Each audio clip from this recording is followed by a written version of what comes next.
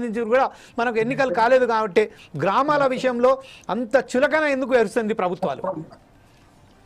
జమీల్ గారు మనకి ప్యానల్ లో ఉన్న మిత్రులు అందరూ ముఖ్యంగా ఇద్దరు ముగ్గురు అయితే పంచాయతీ వ్యవస్థలో పదవులు చేసిన వాళ్ళు, ప్రజాప్రతినిధులు చేసిన వాళ్ళు ఉన్నారు. వారికి అందరికీ మీకు నమస్కారం. ఫోర్ సైట్ టీవీ కూడా నేను ఎప్పుడు మీకు సందర్భం రాలేకని చెప్పలేదు, దేశం కూడా అడ్వకేట్ గానే మాట్లాడినా.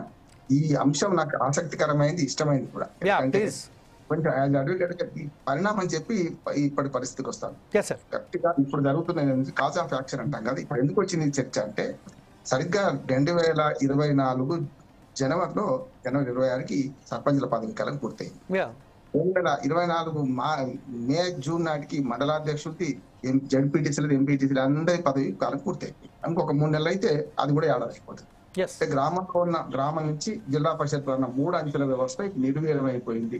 ఇది ఈ ప్రభుత్వం ఒకటే చేయలేదు, ఈ కాంగ్రెస్ ప్రభుత్వం మీదే కాదు. చాలా ఇదివరకు గతంలో కాంగ్రెస్, తెలుగుదేశం, టీఆర్ఎస్ ఉన్న ప్రతిసారి కూడా చాలా సార్లు మేము కోర్టులో వెళ్ళి కేసులు వేస్తే తప్ప ఎన్నికలు జరపలేదు ఇప్పటిదాకా. మీరు చూడండి, పంచాయతీ వ్యవస్థ 1959లో మన దగ్గర మొదలైతే, రాజస్థాన్ మనకి ఒకసారి మొదలైతే 59 నుంచి ఇప్పటిదాకా, అంటే 73, 74 రాజ్యాంగ సభలు వచ్చేదాకా కూడా ఎక్కడ కూడా సకాలంలో ఎన్నికలు జరపలేదు. అంటే రాష్ట్ర ప్రభుత్వాలు ఇష్టం ప్రకారం, వాళ్ళ ఇష్టం ఉన్నప్పుడు, వాళ్ళకి అవసరమైనప్పుడు, వాళ్ళు మద్దతు వస్తుందనుకున్నప్పుడు జరిపిండ్రు. అది కూడా పార్టీలకు అతీతంగా జరిగేది కనుక ఏ దొడ్లో ఇన్నా మాదే దూడ అనేవాళ్ళు.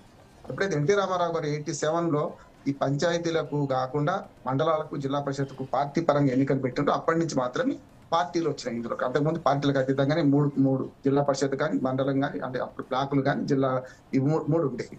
కానీ నేనేమంటున్నానంటే, పంచాయతీ వ్యవస్థ నిర్వీర్యం చేసింది ఒక పార్టీ కాదు, తిలాపాపం తలాపిడి కాదు, అందరూ కూడా, అన్ని పార్టీలు, కాంగ్రెస్ కానీ, తెలుగుదేశం కానీ, బీఆర్ఎస్ కానీ, ఇవాళ మళ్ళీ కాంగ్రెస్ కానీ. దానికి కారణం ఏంటంటే, రాజ్యాంగ సవరణలు చేసిన దానిలో నేను అడ్వకేట్ చెప్తున్నాను, ఒక చిన్న అంశంలో ఒక మాట తేడా వల్ల వచ్చిన సమస్య ఇది. కొన్ని అధికారాల విభజనలో కానీ, లేకపోతే అధికారులు బదలాయించడంలో కానీ. ఉదాహరణకు 29 అధికారాలు అంశాలు బదలాయించుకుంటూ పంచాయతీరాజ్ వ్యవస్థలో పంచాయతీలకు, 18 అంశాలు బదలాయించుకుంటూ మున్సిపాలిటీలకు, అంటే 73, 74 రాజ్యాంగ సవరణ మన రాజీవ్ గాంధీ గారు మొదలుపెట్టిండ్రు. ఆ తర్వాత పివి నరసింహరావు గారు హ్యాండ్ మంజూరు అది అయింది. అప్పటి నుంచి మనకు అమలు. మన అంతకుముందు సంగతి ఏంటి అంటే, ప్రతిసారి కూడా ఎన్నికలు సకాలంలో జరగకపోయాయి కనుక అది కొన్ని మన రాష్ట్రాలను బట్టి 2 అంచెలు, 3 అంచెలు రకరకాలుగా ఉంటాయి. ఇవన్నీ ఒక స్ట్రీమ్ లైన్ పెట్టుకుంటూ 73వ రాజ్యాంగ సవరణ పంచాయతీలకు, 74వ రాజ్యాంగ సవరణ మున్సిపాలిటీలకు వచ్చింది. అప్పటి నుంచి ఎన్నికలు సక్రమంగా జరగాలి. దానిలో 5 అంశాలు ఉన్నాయి. ఇప్పుడేమో 5 ఏళ్ళకి ఒకసారి తప్పనిసరి ఎన్నికలు జరగాలి. ఇంతకుముందు మీరు ఇంటర్వ్యూ చెప్పారు కదా జమీల్ గారు, ఏంటంటే అసెంబ్లీ కానీ, పార్లమెంట్ కానీ, ఆఖరికి ఎమ్మెల్సీ ఎలక్షన్ కానీ 6 నెలల ముందే మనకు జరుపుతున్నారు. అంటే నోటిఫికేషన్ వస్తుంది. ఎటువంటి పరిస్థితులు, ఒక యుద్ధం వచ్చినప్పుడు, లేకుంటే అంతర్గత ఎమర్జెన్సీ విధించినప్పుడు తప్ప ఈ ఎప్పుడు వాయిదా పడవు ఎలక్షన్లు. మరి ఇదెందుకు వాయిదా పడుతున్నాయి అంటే, ఏమైందంటే రాజ్యాంగాన్ని గౌరవిస్తున్న పాలకులు నాకు అర్థమవుతుంది కదా. ఇక్కడ కూడా 90 రోజుల ముందు, 3 నెలల ముందు ఎలక్షన్ కమిషన్ పరిధిలోకి వెళ్ళిపోవాలని. దేశ ఎలక్షన్ కమిషన్ వేరే ఉంటుంది. మనకు చాలా మందికి అవగాహన ఏంటంటే, దేశంలో ఎలక్షన్ కమిషన్ ఒకటి ఉంటుంది, దాంట్లో మనకు పార్లమెంటు, అసెంబ్లీ ఎన్నికలు జరుపుతారు, ముఖ్యంగా రాజ్యసభ. కానీ రాష్ట్రాల ఎన్నికల కమిషన్ దీనికోసం ఏర్పడ్డది. రాష్ట్రాల ఎన్నికల కమిషన్ స్వతంత్రంగా వ్యవహరించాలి. కానీ ఏమిటి అందులో అంటే, మీరు డిలిమిటేషన్ కానీ, అట్లాగే పంచాయతీ వార్డుల విభజన కానీ, ఈ 2 ప్రభుత్వం దగ్గర అట్టు పెట్టుకున్నాయి. సమస్య ఎక్కడ వస్తుందంటే, ఏ ప్రభుత్వానికైనా వచ్చే సమస్య ఏంటంటే, ఏ ఎలక్షన్ కమిషన్ కైనా ఈ డిలిమిటేషన్, అట్లాగే విభజన, ఏదైతే వార్డుల విభజన కానీ, గ్రామాల విభజన కానీ వేతున్నాయో, వీటిని ప్రభుత్వం చేసి అప్పచెప్తే అప్పుడు ఎలక్షన్ జరపాలి. వాళ్ళు అప్పచెప్పారు, వీళ్ళు ఎలక్షన్ జరపాలి. జరుగుతుంది అన్నిసార్లు కూడా. కనుక నేనేమంటున్నానంటే, మేము గతంలో పార్టీలకు అతీతంగా, అట్లాగే మన పదవులకు అతీతంగా, ఇప్పుడు ఏమైంది, ఇప్పుడు మొత్తం ఉన్న వాళ్ళకి తెలుసు చాలా మందికి, ఇప్పుడు పార్టీల సంఘాలు ఉన్నాయి. ఇందులో సర్పంచుల సంఘం పార్టీలు అది వేరే, మనకు వార్డు మెంబర్ల సంఘం వేరే, మండలాధ్యక్షుల సంఘం వేరే, ఉప సర్పంచుల సంఘం వేరే. ఇన్ని సంఘాలు ఉండేవారికల్లా పార్టీల పరంగా చీలిపోయిన వాళ్ళు, ప్రభుత్వ పార్టీల మన పదవుల పరంగా చీలిపోయారు. దాంతో ఏమైంది, ఎవరి పాట వాళ్ళు వాడుకుంటుంటారు, ఎవరి రోడ్డు కాడ పాట వాళ్ళు వాడుతున్నారు. అందరం కలిసి ఒకటి అని. నేను తులసిరెడ్డి గారిని ఎంపీ ఉండేవాడు, రాజ్యసభ సభ్యుడు మన కడప నుంచి. అట్లాగే సోలిపేట రామచంద్ర రెడ్డి గారు మనకు చనిపోయారు మొన్ననే. అట్లాగే సాయిరెడ్డి గారు, చేతిరి సాయిరెడ్డి గారు.